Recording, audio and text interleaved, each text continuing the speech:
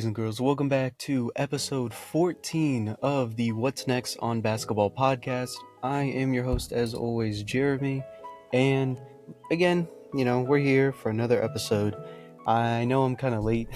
I was supposed to upload this on Saturday and make a video and stuff, but I kind of, forgot about it. I'm going to be honest. I can't lie. I kind of forgot about that one. But now I'm here on Sunday. Recording this on Sunday. It should be uploaded either later today for Sunday, or I might end up just waiting until Monday to upload it. So today's episode, it's going to be another one of those simple, podcast episodes. We have, 5 things we'll talk about here when it comes to, what's going on in the NBA. Like I told you guys before, that's kind of what this podcast will be, is just catching up with you guys on any news that you might have missed throughout the past couple days.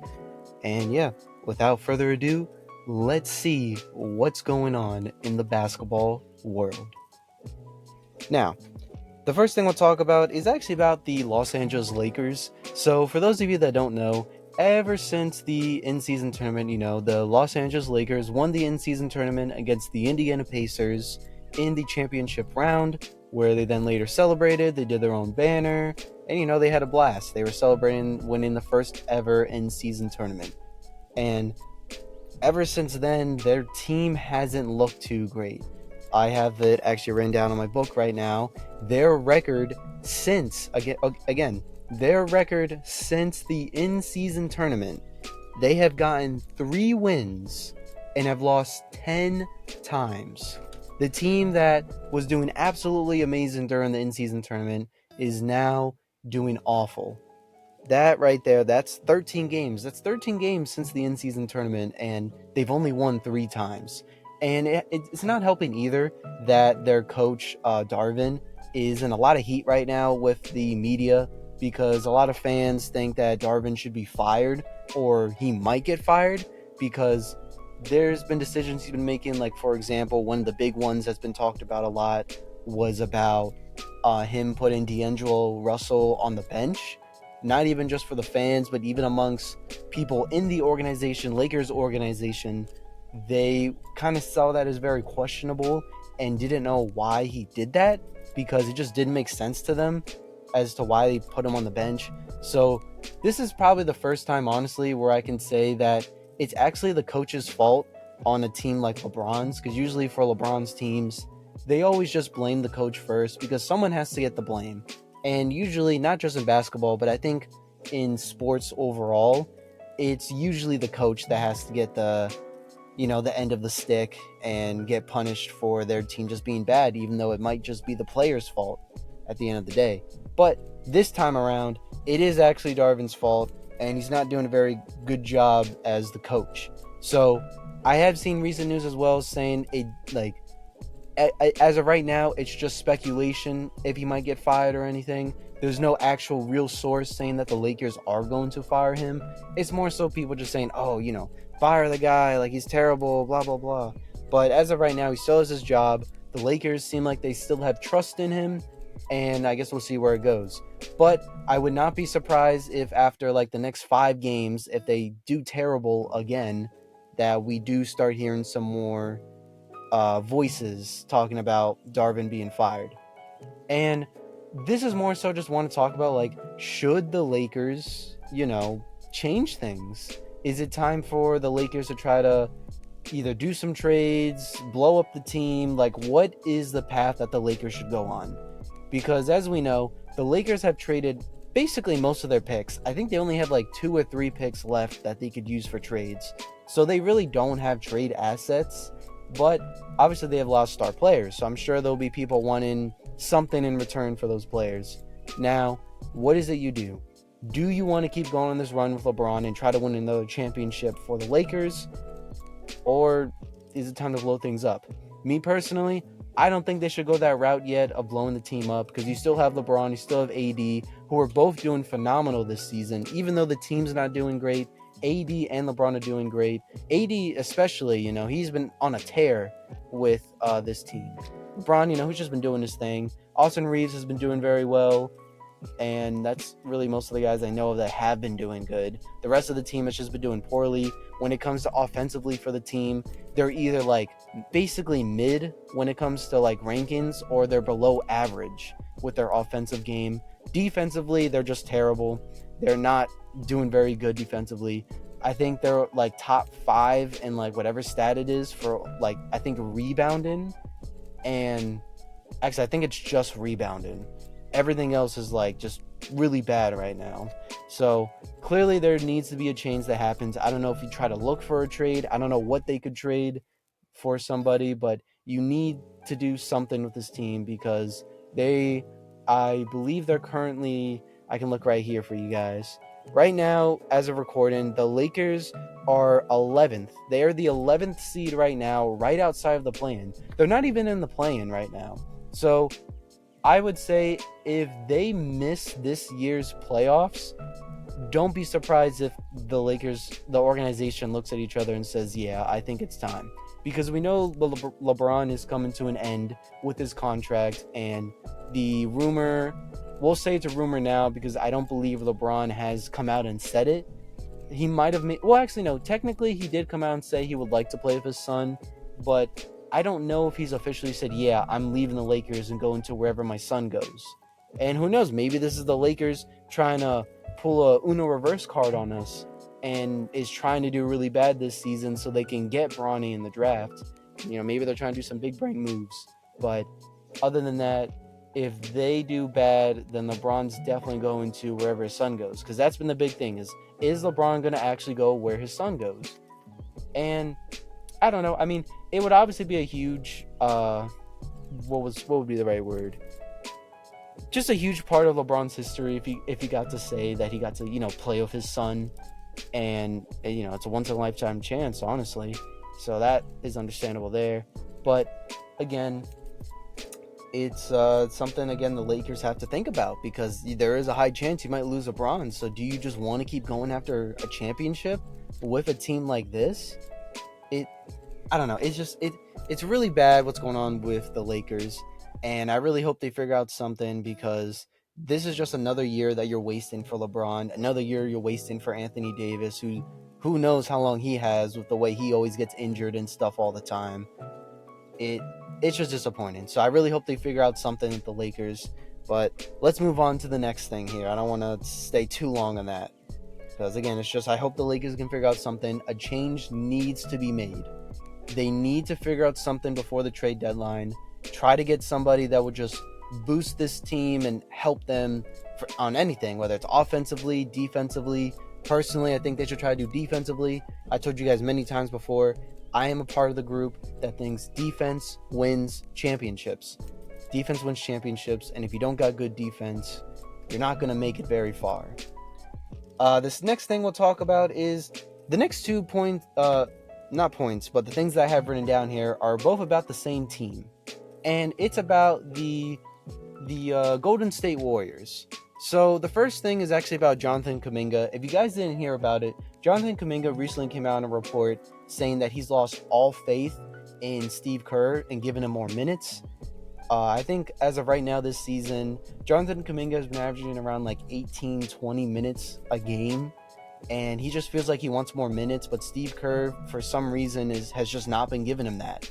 And it's not like the Warriors this season are like on this championship run that they might win the title again. They're like the 10th seed right now. And I don't see why they're not letting Kuminga play more, because when you have a team like the Warriors where Clay and Draymond, who we will talk about in a bit, both of them are looking very questionable when it comes to staying with the team. And your players that were like in that amazing dynasty for you are all just getting older and not the same, except for Steph, who has still been playing phenomenal. But you have a lot of these young guys with so much potential, and they're supposed to be the ones that help you continue that dynasty, but you're not really using them that well. We already saw with someone like James Wiseman, where unfortunately for the Warriors he was a bust, and now he's over with Detroit. I think he's still in Detroit, and he's doing okay. Like, it's not the worst thing in the world, but he didn't live up to the expectations that we all thought he was going to do. So now you're looking at the Warriors and thinking, what are we exactly going to do? Because it's now you have your players amongst the players all disgruntled. You have I've been hearing more things about the coaching staff, just the organization in general have been having a lot of problems, because now you also have the next thing that I'll talk about, the Draymond Green situation. If unless you've been living under a rock, Draymond Green got suspended indefinitely, and it's been like 13, 14 games since he's come back. Now there has been reports recently saying that Draymond Green should be making a return very, very soon, in like a week or two, and that's obviously good for the Warriors, but is it really good? Because it seems like also morale has been a lot better without Draymond. Even though I said it's been bad, it's also been better without Draymond. So I'm very interested to see what the organization's going to do, because they just signed him recently. I think it was this offseason. They signed Draymond Green to like $100 million contract. And I know I have questions about it. I didn't think he was worth that much, but I know it's because, they were trying to pay respect to him because of how much he's done for the team, and they felt like this is what he deserved. But now look, now you have a guy with I think it's like a 4-year, $100 million contract, and I don't know, maybe there's some teams that might want him, but who's gonna want a guy that's having problems just fighting everybody all the time? Like, hopefully when he comes back after dealing with that situation that he's a lot better, but that's now a risk you have to take as the Warriors. Are we going to keep Draymond on here and have another situation like that happen? Or is there a high chance that Draymond might have learned his lesson? Because this is not something new. This isn't new.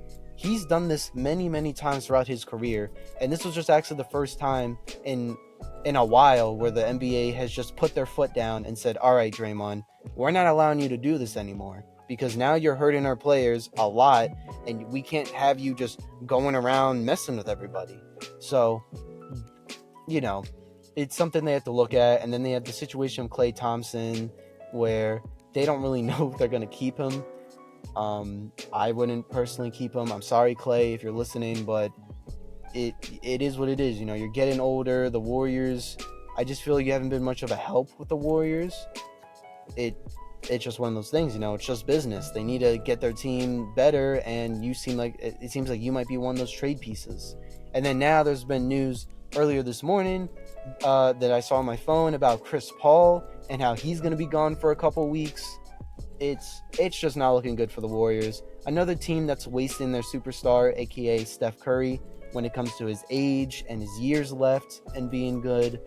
I'm pretty sure Steph will retire as a Warrior. He'll always be a Warrior for his whole career, but it's really hard to say stuff like that when your team's just not doing that great. I feel like Steph Curry can win one more championship before he retires, but the Warriors are just not doing a good job in helping that. Now, again, I've always said it every year, don't sleep on the Warriors, but honestly, I think this might be the year where y'all can take a nap and you'll be okay. The next thing I'll talk about here is actually about the Nets. This will be a quick one. It's just about the Nets and how they got I think it was like $100,000 fine, because the NBA did some investigations and found out that one of the games that the Nets played, they took out a lot of their stars. A lot of their stars didn't play during the game. And for those of you that don't know, the NBA this season has made a new rule where you can't sit out your players unless they're actually hurt, or you've notified the NBA, let them know, like, hey, my guy's not feeling well or something, he can't play today. Now, if your player can play, but you choose not to, the NBA has said you're going to get a huge punishment. And that's what happened here. They ended up finding out that a lot of those Nets players that didn't play that game, I don't remember which game it was, I apologize for that, but one of the games, a lot of their players didn't play when they could have, so the NBA fined them, saying, listen, like, we're taking this very seriously.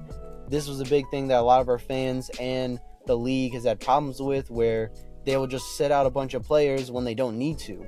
So they're trying to stop that and shut that down, and they're showing other teams and other organizations, they're like, listen, we're gonna shut this down, so don't try to do this. This was a warning. Like when they show the $100,000 fine to the Nets, like, that's a warning.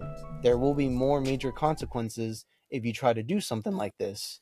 And it was it was a lot there, but I'm sure they'll figure things out with all that. And well, obviously the Nets have realized their mistake, in doing something like that, and I'm sure they're not going to do it again. The next thing I'll talk about is, let's see. So we talked about the Warriors, the Lakers, the Nets. Actually, I'll talk about the last thing on here. This will be another quick, episode of the podcast. I know a lot of my episodes have been very short. It's just there hasn't been much to really talk about. Actually, you know what? There'll probably be one more thing I'll just talk about here as well. So this is the second to last thing we'll say. So the next thing I want to talk about is actually about the All-Star ballots. So I'll pull it up right here on my phone. The All-Star ballot, first one has been revealed, and a lot of things came out from this that a lot of fans were questioning. People who got snubbed, people who were like shocked that they were even on the list. So let's backtrack a bit. On the last episode of the What's Next on Basketball podcast, I told you guys my predictions for the All-Star ballot when it came to who's going to be the starting five and who's going to be the reserves. Now I have the list here. Let me get it out here. Which page was it? Here it is. I have it right here. I'm going to go through them again just to let you guys remember who I chose, and then I'll read over what the All-Star ballot race is looking like. So for the Eastern Conference, I chose the starting five being Jalen Brunson, Tyrese Halliburton, Jason Tatum, Giannis Antetokounmpo, and Joel Embiid. And I apologize if you hear background noise. That's my family. The next things I'll talk about is this is the reserves now for the Eastern Conference. Again, that's my starting five. I chose Jalen because I think he deserves to be a starting five. I don't know if he will. He might end up being a reserve from when you guys will see in the list here, but I think he deserves to be in starting five. Tyrese Halliburton, I don't think that needs to be explained. Tyrese Halliburton has been on a tear this whole season and has really been helping the Pacers and becoming a great team. Tatum, it's Jason Tatum. Giannis Antetokounmpo, it's Giannis, and then Joel, it's Joel. Like, those are guys that are obvious choices for your starting five. As for my reserves, I chose Damian Lillard, Tyrese Maxey, Julius Randle, Jaylen Brown, Bam Adebayo, Trae Young, and one that I feel like had a lot of people questionable was the Paolo Banchero. I think I say his name. I always never figure out how to say his name. I'm pretty sure it's Paolo Banchero or Paolo Banchero. It's Paolo, that's all I know. That is my Eastern Conference predictions. Now let's go over what the Eastern, ballot was. So when it comes to the votes so far, when it comes to the front court, which would have been like Giannis, Joel, Jason Tatum, the top three right now are Giannis, Joel, and Jason Tatum, all with over 1.7 million votes. And obviously that's really cool to see because it looks like I'll probably get those right most likely. Giannis right now is in first with 2.1 million. Joel Embiid is in second with 1.8. Jason Tatum is in third with 1.7. Then you have Jimmy Butler, who's at 767,000. Then fifth is Jaylen Brown. Sixth is Bam Adebayo. Seventh is Mikal Bridges. Eighth is Kristaps Porzingis. Ninth is Kyle Kuzma. And then 10th is Paolo Banchero. I think it's Banchero. So, as you can see for the front court, it doesn't seem like it did too bad with my predictions. A lot of names you saw on here being Giannis, Joel, Jalen's on here, Bam Adebayo, Paolo's on here, which I was really surprised. Like, obviously I know I chose him to be my prediction, but I didn't really think he was going to get enough votes. But honestly, this is the first one they've done, and there's not that many votes, honestly, with 10th having 163,000. Like, there's a huge gap between third and fourth, with Jason Tatum having 1.7 million, and Jimmy Butler has 700,000. So there's a huge gap between third place and below, which is kind of crazy. But it's cool to see that I'm around the right terms, that I feel like people are agreeing with what I chose. As for the guards, first place right now is Tyrese Halliburton, so I got that right. He has 1.3 million and is the only guard as of right now that we know of that has a million votes. Second is Damian Lillard with 955,000. Third is Trae Young with 873,000. And then you got fourth Donovan Mitchell, fifth Tyrese Maxey, 6th, Jalen Brunson, 7th, LaMelo Ball, 8th, Derek White, 9th, DeMar DeRozan, and 10th, Drew Holiday. Again, another one here, guards. Tyrese was the name I said. Tyrese Halliburton, Tyrese Maxey was another one I said. Damian Lillard, Trae Young. Did I say? I didn't say Donovan Mitchell. I don't know why, but that was one I should have put on my list. But I didn't say Donovan. I was surprised about that. Jalen, I said. Actually, no, that's all I said there. So let's look at the Eastern Conference first and how I feel about these ballots. When it comes to All-Star voting, I never really take it seriously because people have to remember at the end of the day that hold on, let me move my mic here. People have to remember at the end of the day that this is voting from the fans, so there's going to be players that are going to be on here that you would be like, oh, why are they on here? They don't deserve to be on here. But you have to remember that they're popular amongst the fans. So someone that's like doing really, really good and playing really well that does deserve to be in the All-Star game is not going to be in it unless they're popular amongst the fans. And that's what really sucks. I hate that it's a popularity contest with the All-Star game. I wish they would only let like the NBA players and, you know, any NBA like workers and stuff be the only ones that vote, coaches or whatever, because I know they let like the coaches pick the reserves for the ones they feel like that should make it. It's more so just for the starting five that the fans really get to choose for this, you know, ballot. But I don't know, it just sucks. Like, I know they're trying to do more with the fans to have them interact and stuff, but it's just annoying seeing who they choose all the time and who gets snubbed and who doesn't, who really doesn't deserve it, you know. Let's start the front court here. Overall, I feel like the front court, you know, makes sense for the most part.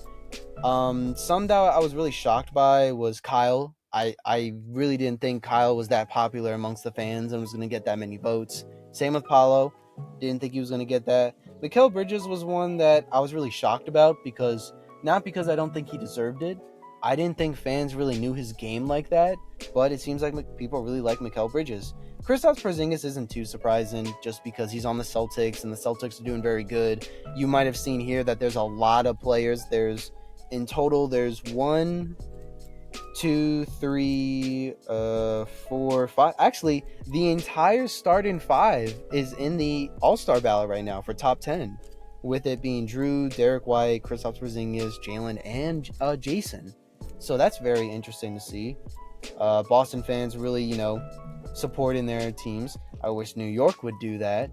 I shouldn't be talking because I've been forgetting the vote as well. Like I did it like twice this so far, but get your votes in New York.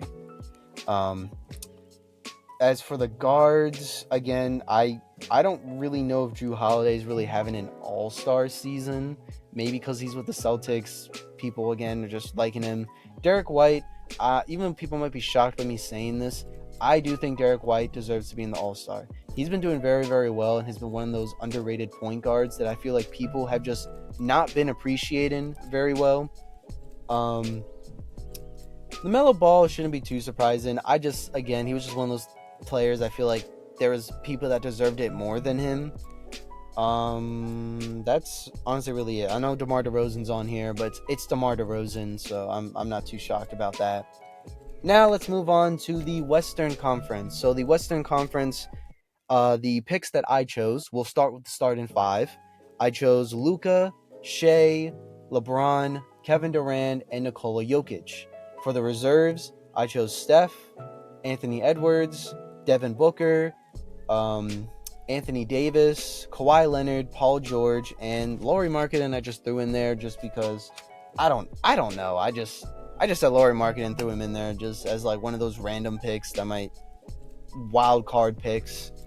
And here's how it looks. So for the front court, in first place is LeBron James with 2 million votes. That is, I believe, it's the second most. Giannis has the most with 2.1 million votes. LeBron's in second with 2 million.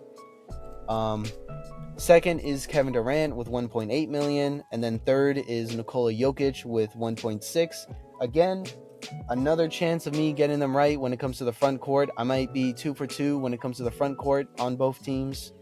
Fourth place is Anthony Davis. Then you have Kawhi Leonard, Paul George, Alperen Sengun, which I can't believe I forgot about Sengun. I should have put him on the list because he has been doing really, really amazing this past year or two, and I just forgot about him, honestly. I apologize, Sengun. I can't believe I didn't put you on my list. I should have put you then, Laurie Marketing. Let's see here. Victor Wembanyama's on here. That's obvious. Chet Holmgren and Karl Anthony Towns, which was very surprising. So when it comes to the front court, I'm very shocked about Karl Anthony Towns. I don't know why he's in the top 10. He doesn't really seem like an all-star player to me this season. Chet, Victor, makes sense. They're both doing really good in their rookie year for Chet. And Alperen, he's just been on a tear. Paul George has been doing very good. Kawhi's been doing very good, so that makes sense. Anthony, Nicole, and Kevin, LeBron, that makes sense because they're superstar players. They're always going to be on here. Yeah, overall, I don't really disagree with this front court top 10 too much when it comes to the West. Definitely some snubs around here. Let's look right now. Players I feel like that are definitely got snubbed when it comes to who didn't make it. Let's look right here. I didn't say it about the East, but for the West, I feel like who is a front court? Who's someone on here I feel like should have gone in? Honestly, I feel like Zion should have been up there on the votes. Like, I know he's been having his problems, but I like Zion. I think he should have been on there. I think Jaren Jackson Jr. should have been on the list just because he, I feel like he's doing way better than Karl Anthony Towns. I could be wrong in that. I don't really know his stats like that, but I think Jaren Jackson Jr. deserves to be on there. Domantas Sabonis, he's the guy that should be on there. I don't know how Sabonis is not top 10. That was crazy to me that he's not top 10. As for the guards for the West, number 1 is Luka with 1.4 million, Steph Curry with 1.3 million, then it's Shea with 966,000, then you have James Harden, Kyrie Irving, Anthony Edwards, Ja Morant, De'Aaron Fox, Klay Thompson, and Austin Reeves. Again, you see some players here that definitely are on here because of their popularity, but there's a lot of good players on here. Like the top 10 guards for the West is another one on here that I don't disagree with too much. Luka's my vote this year so far for MVP. He's been just doing phenomenal. Steph Curry, it's Steph Curry, so of course he's going to be on here. Shea, another player that could potentially win MVP, so he's doing great. James Harden is on here. He's another one of those players that's just going to get votes because of how popular he is as a player. I mean, he's been doing really good with the Clippers, so I guess like that makes I can see why he's up there. Kyrie Irving makes sense. Anthony Edwards makes sense. He's a phenomenal player. He's one of my favorite players. Ja Morant makes sense. De'Aaron Fox definitely deserves to be up here in the top 10. He's just a great player overall, and I'm so happy with the success the Kings have been getting because now people have been seeing how great De'Aaron Fox is as a player, so that's really cool. Klay Thompson, we'll move on from that. Austin Reeves, he's doing good. Like, he deserves to be in the All-Star game. Is he top 10 in voting, really? I don't think so. I think he'll definitely, if he does make the All-Star game, he will be a reserve, but I do think there's players that deserve it more than him. But overall, yeah, like, I know a lot of people have been upset about it. There's definitely some snubs here. Like, when it comes to either conference, I can tell you right now, the ones that definitely got snubbed so far is like Devin Booker. Devin Booker not being on this list is criminal. Absolutely criminal. I don't know how he's not on the list. Desmond Bane, I feel like, is another guy that deserves to be on the list, but is not. Julius Randle is one that should be on the list. Julius Randle, like, listen, I'm a Knicks fan, so I know how Julius Randle has been and how annoying he can be.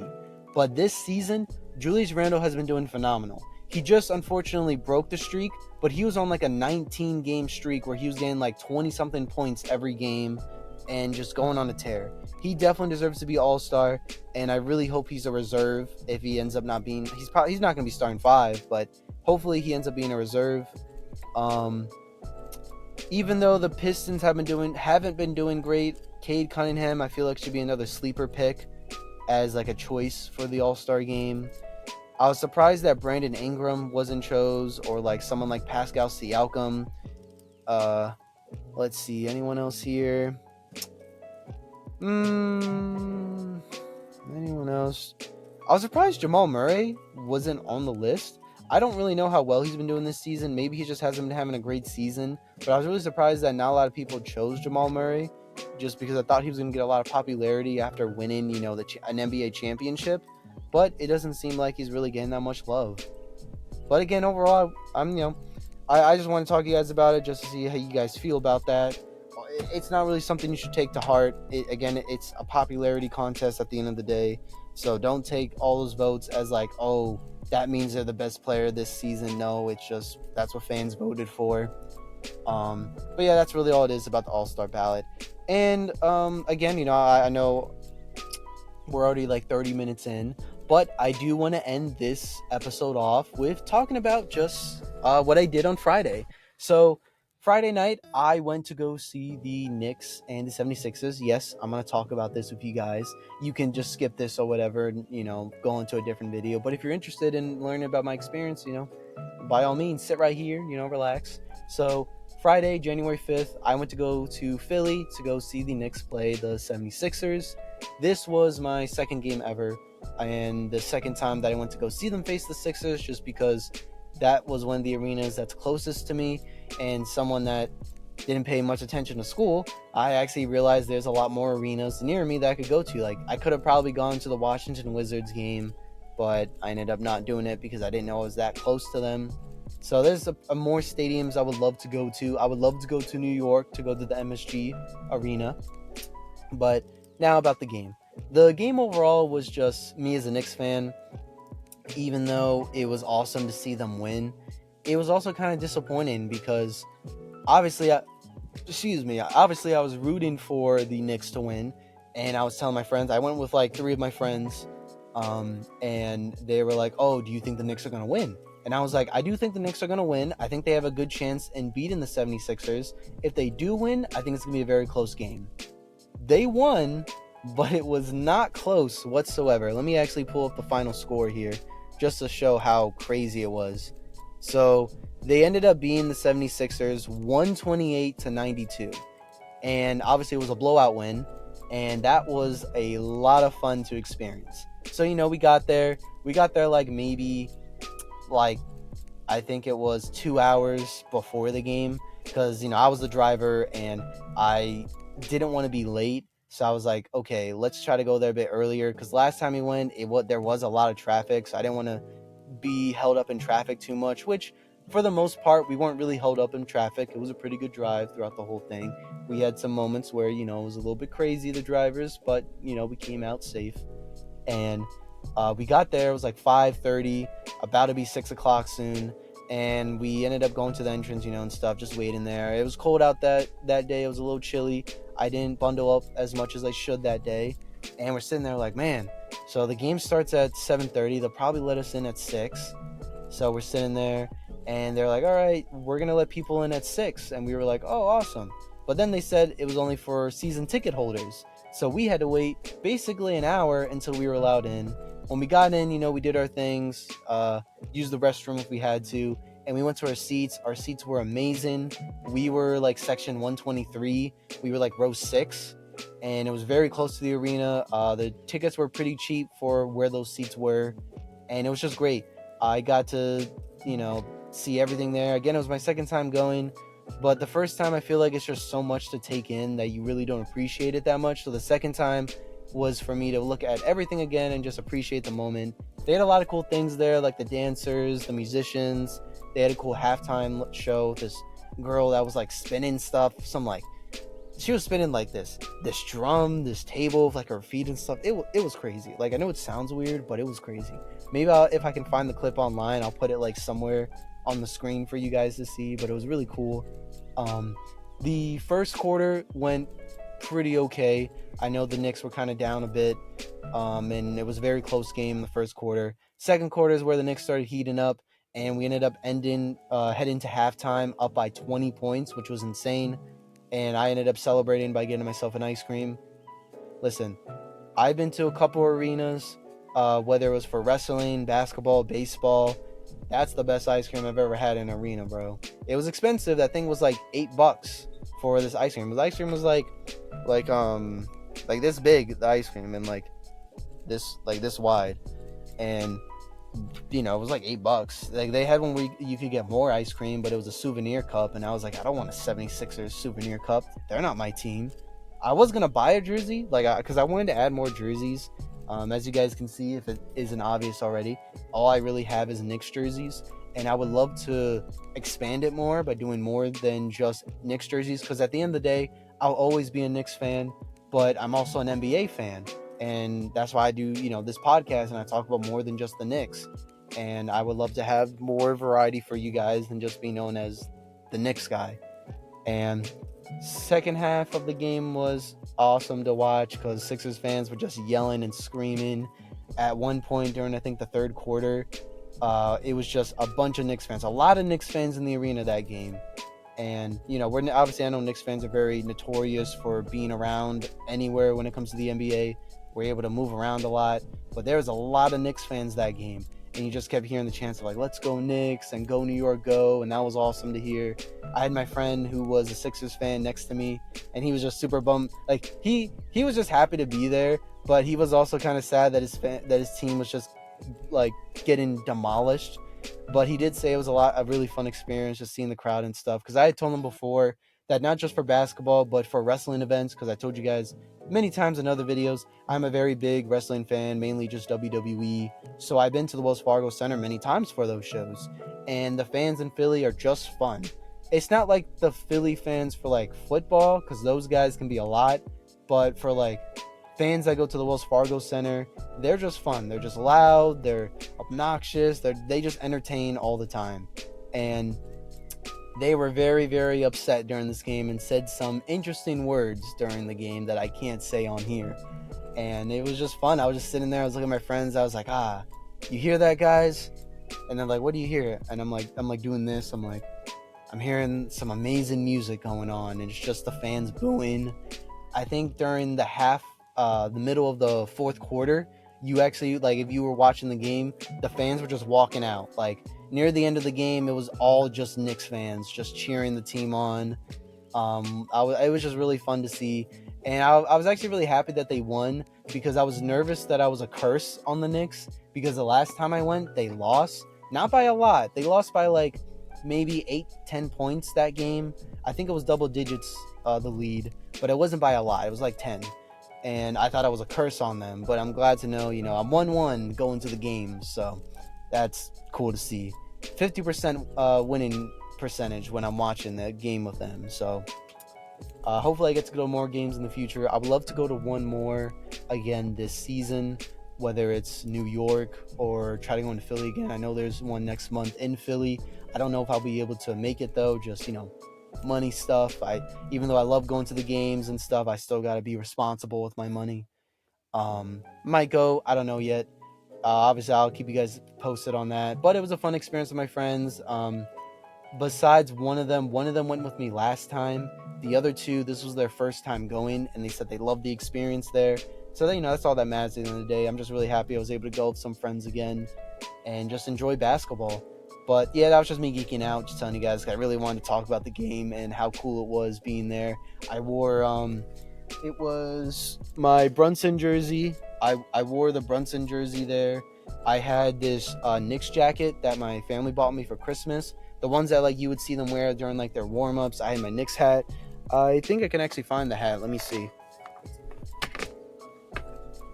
Yeah, here it is. It was this hat. I wore this hat to the game. It's really nice. I got it from my friend that also went with me to the game. He got it for me for Christmas. I ended up getting him a Lakers hat because he's a Lakers fan. So during that game, he was just enjoying it because he also likes the Knicks. Me and him, we're both equal for our teams. We have an understanding. I like his team, he likes mine, and we've come to that agreement. And he was just enjoying hearing the Sixers fans because he hates Sixers. I don't know why. I don't know what the story behind that is, but he just hates the Sixers fans. So he was just, getting them riled up, making fun of them. It was fun. It was just a fun experience. I hope I can get good seats like that again, because it was very, very good. Like, even if you might not get the full front court seats, getting a seat like that in the sections I chose is still a pretty good view. But I won't take too much more of your guys' time. So that will be the end of episode 14 of the What's Next on Basketball podcast. Another episode should be uploaded on Tuesday, hopefully, if I remember. Obviously, I always just post whatever's going on in the past couple of days, so I'll probably just post whatever happens, either if any news happens later today or Monday. Again, you will either see this later today around like 9-10 o'clock, the episode coming out, so it's going to be a late upload, or you will see this sometime in the afternoon on Monday. But that'll be the end. Again, that'll be the end of the video. As always, I am your host, Jeremy. This was episode 14 of the What's Next on Basketball podcast, and I am signing off. So have a great day, everybody. Oh, also, part 2 of should the NBA add more teams to the league, that should be uploaded sometime later this week. So hopefully, I know you guys have been waiting for that episode. I got some good, views from that, so I appreciate the love for that video. And don't worry, I did not forget about it. I'm still writing down the stuff for the cities because I wanted to have more explanation than just like naming the cities. I want to have more explanation as to why I chose them. So I'm almost done with that. I just have to write 2 more teams left, and that should be all good and ready sometime later this week to record. If I had to guess, if I can get it done fast, maybe tomorrow on Monday, but if not, expect it like Wednesday, Thursday. So again, that's all I have to say. So appreciate you guys for watching. Thank you for always supporting my videos. Let's try our next goal. Like I said, is to get to 100. Year-end goal is to finish with like 1,000, 2,000. But our next milestone right now is 100 subscribers. So make sure to share the video, like, comment, do all that stuff. And yeah, thanks for watching.